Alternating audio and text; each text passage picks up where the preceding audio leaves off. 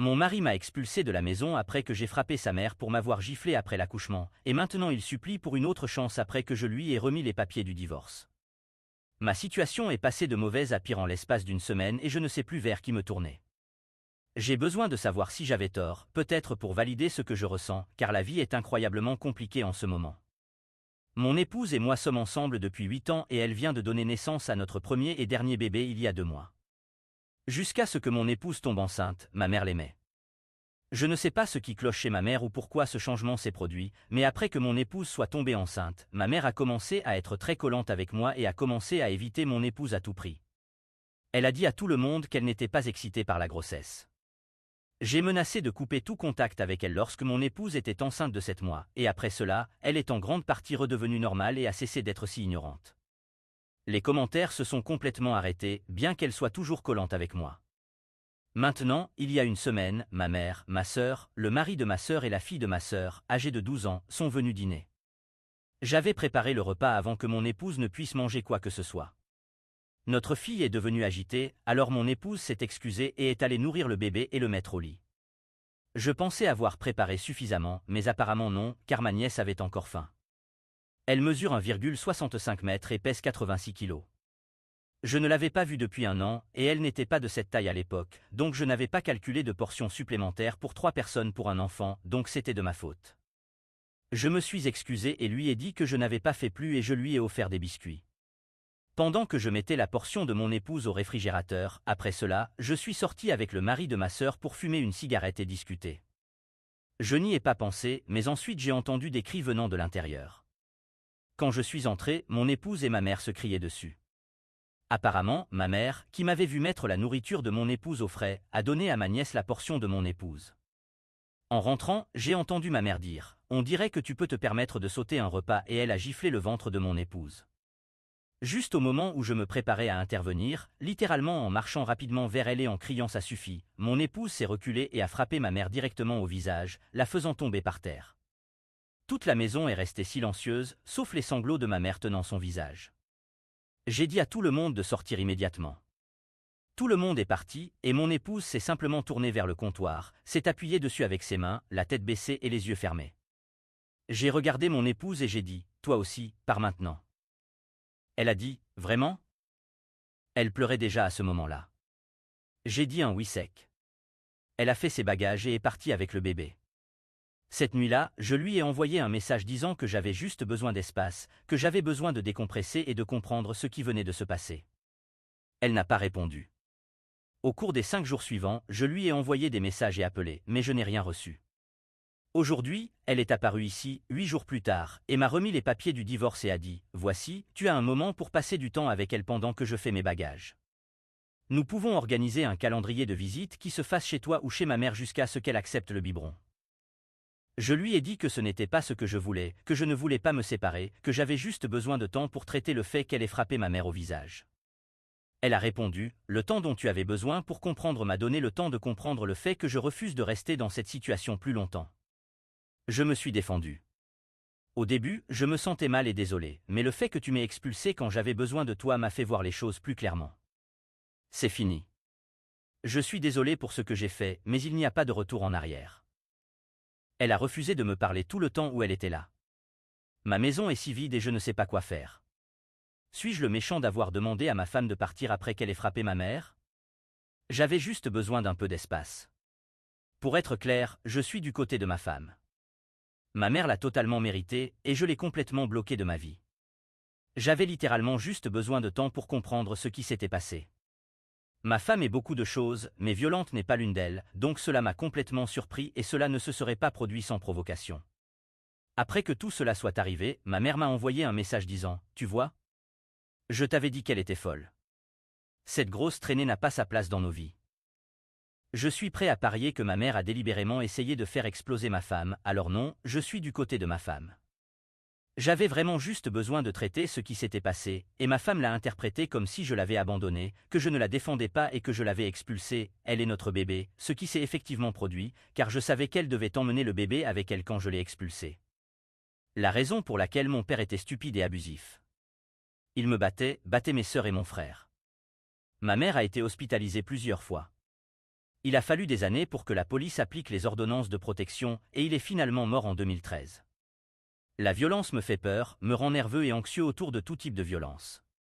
Maintenant, ma femme le sait et elle a aussi grandi avec un père violent, un beau-père, et elle devient également anxieuse et nerveuse autour de la violence. Le fait que ma femme ait frappé ma mère au visage a déclenché une réponse anxieuse et j'avais besoin qu'elle parte à ce moment-là, j'avais besoin qu'elle soit loin de moi. Je ne sais pas pourquoi je n'ai pas été celui qui est parti. J'aurais pu le faire, mais à ce moment-là, j'ai laissé mes émotions et ma peur prendre le dessus sur tout et j'ai demandé à tout le monde de partir, y compris elle. Ma mère a donné une gifle en premier. Je suppose que, pour une raison quelconque, j'ai vu le coup de poing de ma femme comme pire que la gifle. Ce n'était pas une gifle forte, mais ma femme s'est recroquevillée de douleur. En y repensant maintenant, elle allait bien après, mais ma mère saignait, l'arcade sourcilière ouverte. Je ne sais pas, merci pour vos réponses. Je suis l'idiot, je vais essayer de réparer les choses maintenant. Ma mère l'a blessée. Elle lui a donné une gifle sur le ventre et ma femme s'est recroquevillée de douleur avant de lui donner un coup de poing au visage, comme l'ont déjà souligné d'autres personnes. Je suppose que les nouvelles mamans ont les muscles séparés dans leur abdomen, donc, étant donné la force avec laquelle ma mère l'a giflé sur le ventre, juste en dessous de la cage thoracique, une gifle avec le dos de la main qui a pu être entendue depuis la porte, je suppose que c'est comparable à frapper les organes internes de ma femme, car les muscles de son ventre ne sont pas encore guéris. Je viens d'apprendre cela, je ne sais pas. Je ne peux pas le justifier, j'ai simplement laissé ma propre peur prendre le contrôle de la situation. La violence me fait très peur. J'ai vu ma mère se faire battre pendant des années, mes frères et sœurs et moi-même étions aussi battus, mais nous n'avons pas été hospitalisés. Le fait que ma femme ait frappé ma mère a immédiatement fait tourner la pièce, et je n'ai pas pensé aux conséquences de mes actions à partir de ce moment-là. Je suis pleinement conscient que ma nièce est en surpoids. Je suppose que ma mère l'a rendue ainsi, elle vit avec elle. Elle a fait la même chose avec tous ses enfants en grandissant. Nous étions tous des enfants gros parce qu'elle nous suralimentaient, c'est-à-dire que les enfants gros sont des enfants heureux. Rien de cette nuit-là n'avait de sens, je commence à m'en rendre compte. Ma femme m'a envoyé un message il y a environ 10 minutes disant « cherche inceste émotionnel sans contexte ». Cela décrit définitivement ce que fait ma mère. Je l'ai complètement bloqué, mais cela ne va pas aider mon cas. Mise à jour 2 mois plus tard par l'épouse, je suis toujours en deuil de la perte de mon mariage, mais un ami m'a informé de la publication de mon mari qui comportait trop de détails spécifiques difficiles à ignorer. Pour clarifier, c'est ma première fois ici. J'ai lu la publication de mon mari, qui sera bientôt mon ex-mari, et j'ai voulu donner ma version de l'histoire et inclure des détails qu'il n'a pas fournis dans sa publication. Pour ceux qui n'ont pas lu la publication, en résumé, mon mari m'a expulsé de la maison après que sa mère m'a giflé sur le ventre devant lui, et je l'ai frappé en légitime défense. J'aimais profondément mon mari, mais son inaction face au comportement de sa mère a été extrêmement dégoûtante, pour dire le moins. J'ai toléré le comportement de sa mère jusqu'à ce que je ne puisse plus le supporter, car il a ignoré à plusieurs reprises le comportement de sa mère, jusqu'à ce que j'atteigne enfin ma limite. Histoire 2. J'étais fiancé à ma petite amie. Nous étions ensemble depuis environ 3 ans. Nous avons emmené nos amis pour célébrer. Nous étions tous un peu ivres, et son ami a commencé à raconter certaines choses sur le passé de ma petite amie. L'ami a dit que ma petite amie avait enfin réussi à contrôler son côté sombre, et qu'elle ne pouvait jamais se contrôler autour de son ami, plus précisément son ami masculin, appelons-le Bob. Donc, d'après ce que j'ai entendu sur Bob, ils avaient l'habitude d'avoir des relations sexuelles régulièrement. Après être rentré à la maison, j'ai posé plus de questions à ma petite amie sur son autocontrôle. J'ai dû insister, et elle a avoué qu'elle avait trompé ses anciens petits amis avec Bob et que Bob avait aussi trompé avec elle. Elle a avoué que ses ex n'ont jamais découvert. Bob et elle se voient encore de temps en temps, ils sont amis depuis l'université. Et maintenant, je suis là, étant son petit ami, qui est maintenant son fiancé, avec presque aucune confiance en elle. Je lui ai demandé de rendre la bague, et elle a insisté sur le fait qu'il ne s'était rien passé avec Bob depuis que nous sommes ensemble, mais après avoir appris tout cela, je ne la crois tout simplement pas. Commentaire pertinent. Elle devrait, de son propre gré, couper les ponts avec Bob si elle est vraiment sérieuse au sujet d'une future relation avec vous. Si elle se met sur la défensive, je ne lui ferai jamais confiance. Sa tendance à tromper est soit une caractéristique d'elle seule, soit une caractéristique d'elle avec Bob. Si elle ne veut pas couper les ponts avec Bob, alors elle organise délibérément des occasions de perdre le contrôle. Mais vous commencez déjà en désavantage si vous décidez de poursuivre une relation avec une personne qui trompe habituellement. Elle a déjà franchi de nombreuses barrières qui, autrement, vous protégeraient. Il est probable que vous ne sentirez rien d'anormal parce qu'elle a déjà la mentalité d'une personne infidèle. son regard vagabond est la norme. Vous n'êtes pas l'idiot, en voyant ses actions passées, vous avez décidé que vous ne pouviez plus la voir de la même manière, ni lui faire confiance. Et dans une relation de 3 ans, je pense que ce sujet aurait dû être abordé par elle il y a longtemps, car c'est un problème qu'elle a eu avec ses ex. Comme vous l'avez mentionné, aucun de ses ex n'a découvert, ce qui signifie qu'elle était douée pour le cacher, donc cela vous donne encore plus de raisons de croire qu'elle pourrait vous tromper aussi. Mise à jour, j'ai rompu avec elle. Je lui ai dit que j'avais besoin de voir son téléphone si elle voulait que je considère même rester avec elle. J'ai fouillé ses textos et messages. J'ai découvert qu'elle avait envoyé un message à Bob lui disant qu'il lui manquait il y a environ 1 an. Bob lui a demandé de se rencontrer après avoir parlé de tout le sexe qu'ils avaient l'habitude d'avoir, et ma petite amie ne l'a rejeté que parce que j'avais emménagé avec elle à ce moment-là. Son message était « J'aimerais pouvoir, mais mon petit ami a emménagé avec moi. Je te fais signe si j'en ai l'occasion. » Je suis fini. J'ai fait mes valises et je retourne chez mes parents.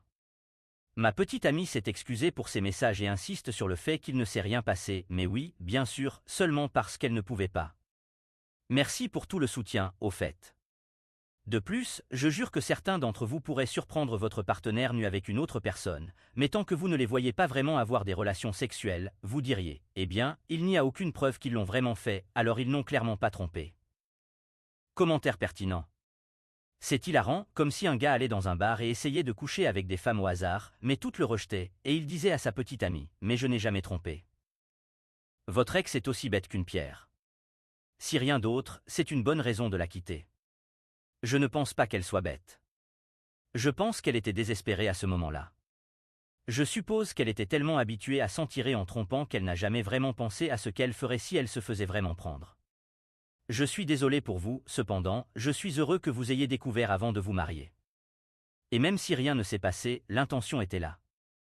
Si elle avait répondu différemment, en disant qu'elle ne voulait plus de cette vie et qu'elle couperait les ponts avec Bob parce qu'elle était dans une relation heureuse avec vous, cela aurait été un début. Mais elle ne l'a pas fait. Votre ex a-t-elle essayé de vous contacter? Même si elle ne finit pas avec vous, j'espère qu'elle pourra apprendre de cela et ne pas continuer ses habitudes d'infidélité. Je ne sais pas, je l'ai bloqué sur tout ce à quoi je pouvais penser. Franchement, je ne veux plus jamais lui parler. Cela me rend triste de dire cela, mais une partie de moi veut lui parler, une partie de moi pense que j'ai peut-être mal interprété quelque chose. Honnêtement, lire les commentaires ici m'aide à repousser ces sentiments. Histoire 3. Ma femme a rencontré son meilleur ami Chuck au lycée. Ils sont devenus très proches, et Chuck lui a révélé qu'il était gay. Ma femme l'a soutenu. 1 an ou plus après, Chuck s'est révélé à ses parents, qui l'ont déshérité et l'ont expulsé de la maison.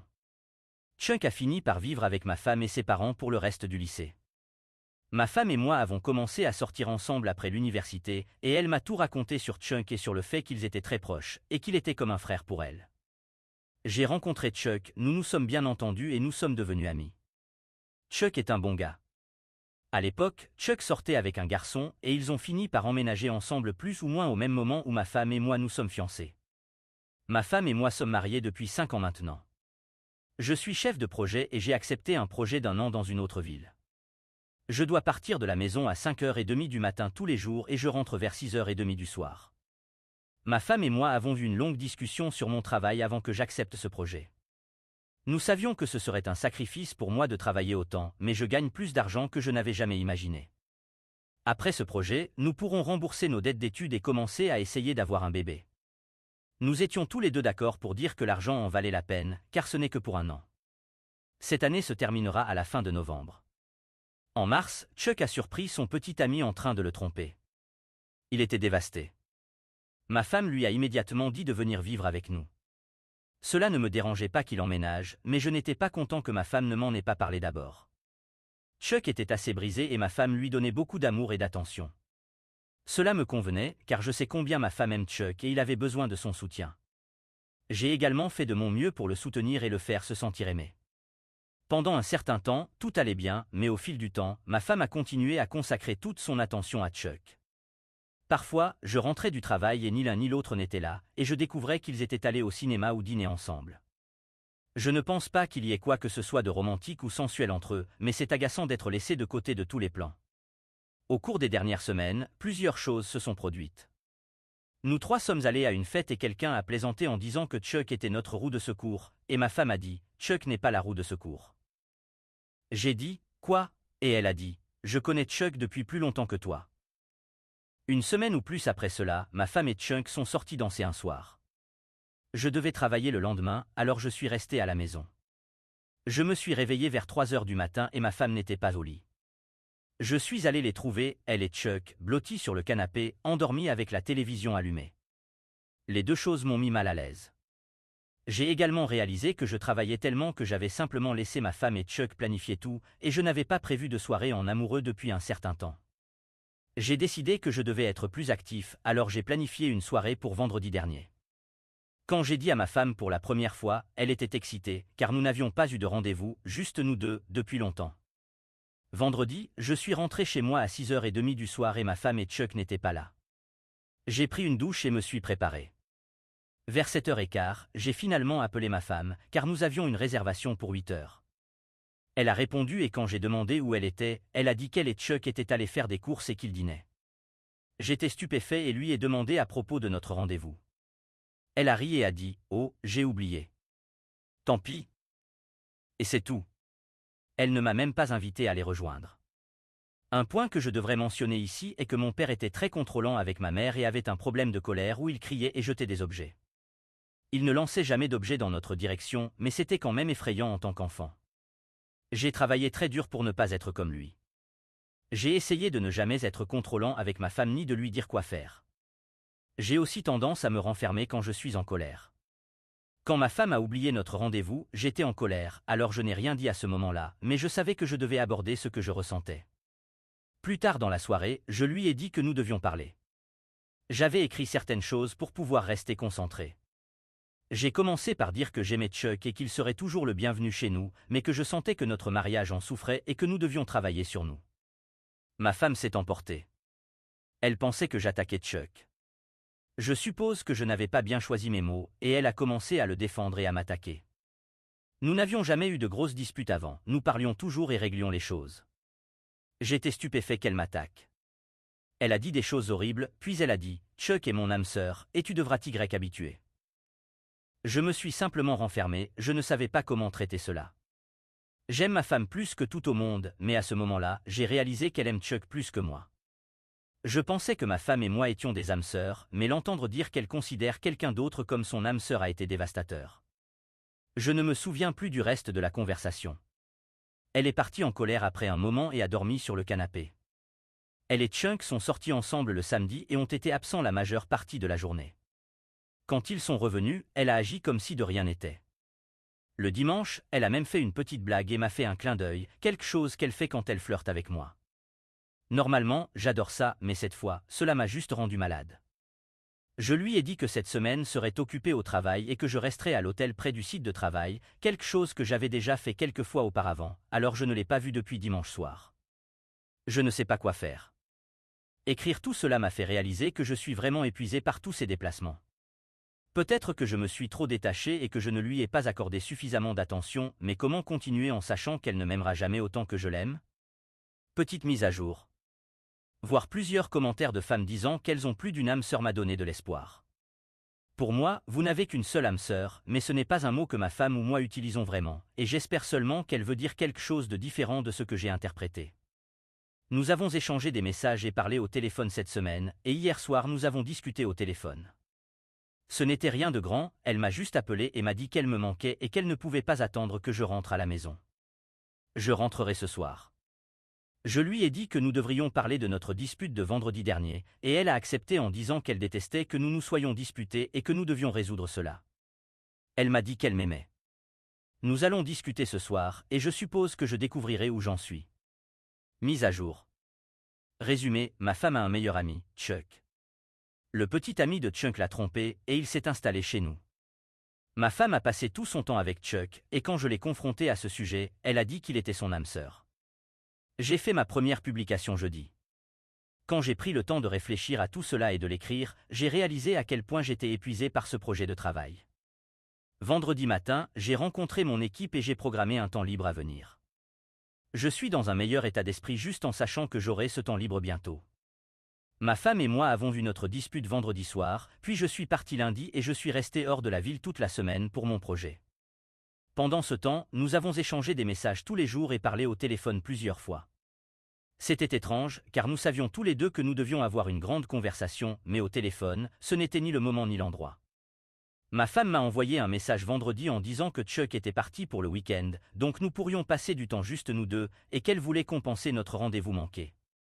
Je suis rentré vendredi soir, et nous avons convenu de discuter avant de faire quoi que ce soit d'autre. J'avais écrit tout ce que je voulais dire, et elle s'est assise et a écouté. Nous avons parlé longtemps, et nous sommes tous les deux revenus sur certains points pour obtenir des éclaircissements. Je ne vais pas essayer de reproduire tout ce que nous avons dit, juste les points principaux de la manière qui a le plus de sens. Je lui ai dit combien je n'avais pas aimé sa blague sur le fait que j'étais la roue de secours, et combien cela m'avait blessé qu'elle ait oublié notre rendez-vous, et ensuite, combien j'étais dévasté quand elle a dit que Chuck était son âme sœur. Il y avait aussi d'autres petites choses. Quand j'ai terminé, elle a dit qu'elle était désolée et qu'elle avait eu tort de dire ces choses. Elle a dit que je n'étais pas la roue de secours, et que j'étais son âme sœur, et elle a demandé si elle pouvait expliquer pourquoi elle avait fait et dit ce qu'elle avait fait. Quand les parents de Chuck l'ont expulsé de la maison au lycée, il était dans un mauvais état et avait envisagé de se suicider. Il l'a dit à la mère de ma femme, et ils l'ont aidé. Donc, quand Chuck a appelé en mars pour dire que son petit ami le trompait, ma femme a paniqué et avait peur qu'il se fasse du mal. Elle a dit qu'elle sentait qu'elle devait l'avoir près d'elle pour pouvoir le surveiller et le garder en sécurité. J'avais fait un commentaire sur le fait que, ces 6 derniers mois, il semblait qu'elle et Chuck vivaient leur meilleure vie ensemble, et elle a dit qu'elle avait été misérable tout ce temps, qu'elle était au bord de la crise de nerfs. Après notre dispute, elle savait qu'elle avait tort et a réalisé qu'elle devait obtenir de l'aide et laisser tomber. Elle a parlé avec Chuck, et il a promis qu'il était une personne plus forte qu'il ne l'était au lycée, et a promis qu'il ne pensait même pas à se faire du mal. Ils ont convenu qu'il serait préférable qu'il déménage, à la fois pour donner à ma femme et à moi le temps de travailler sur nous, et pour que ma femme ne soit pas obsédée par le moment où il allait et venait. Ma femme voulait me parler dimanche dernier, mais j'ai dit que j'avais besoin de temps, et elle voulait me laisser de l'espace. Ce fut une longue conversation, avec beaucoup de larmes. Elle s'est excusée plusieurs fois. Elle a dit qu'elle était tellement inquiète pour la santé mentale de Chuck qu'elle m'a attaqué parce qu'elle pensait que j'allais le faire partir, et qu'elle se défoulait sur moi. Elle a reconnu qu'elle m'avait blessé et a dit qu'elle m'aimait et qu'elle voulait travailler sur elle-même et trouver des moyens de gérer la peur et l'inquiétude de manière saine. Nous n'avions jamais eu de grosses disputes auparavant, et nous avons tous deux convenu que nous aurions pu mieux gérer les choses, elle en ne s'attaquant pas à moi et moi en ne me fermant pas. Nous avons convenu de commencer une thérapie de couple pour nous aider à apprendre à être en désaccord de manière plus saine. Nous étions tous les deux épuisés émotionnellement après la conversation, alors nous avons simplement commandé de la nourriture et sommes restés à la maison. Nous nous sommes blottis dans le lit pour regarder la télévision, discuter et simplement être ensemble. Nous nous sommes beaucoup manqués ces derniers mois, et c'était vraiment agréable de simplement nous tenir l'un l'autre. Le lendemain, samedi, nous avons eu un rendez-vous en journée. Nous sommes allés prendre un petit déjeuner, avons fait du shopping, regardé un film et même fait une pédicure ensemble. Mes ongles de pied sont incroyables. Plusieurs fois au cours de la journée, elle s'arrêtait simplement, me regardait et disait qu'elle m'avait manqué, et qu'elle était tellement désolée de m'avoir éloigné. Aujourd'hui, dimanche, nous avons appelé Chuck, qui séjournait chez un autre ami. Il a dit qu'il était désolé d'avoir causé tant de stress à ma femme et à moi. Il a reconnu qu'il s'était concentré sur lui-même et n'avait même pas réalisé que nous n'allions pas bien. Il a dit qu'il nous aimait tous les deux et qu'il était très reconnaissant que nous l'ayons laissé rester pendant qu'il se remettait de sa rupture. Il cherche quelques endroits et prévoit de déménager dans une semaine ou deux. Il a proposé de partir immédiatement, mais je suis d'accord pour qu'il reste un peu plus longtemps. Je pense qu'avoir un plan en place est la chose la plus importante. Notre relation a pris un coup, mais nous nous aimons et nous allons travailler là-dessus. Nous avons établi quelques limites et avons également convenu que nous serons toujours la plus grande priorité l'un pour l'autre. Il me reste encore quelques mois dans ce projet, mais nous allons nous assurer d'avoir un rendez-vous correct au moins une fois par semaine et réserver du temps pour rester ensemble le week-end. Merci à tous ceux qui ont répondu ou m'ont envoyé un message en fonction de ma première publication. J'ai reçu de très bons conseils. J'espère que cette expérience nous rendra meilleurs et rendra notre relation plus forte.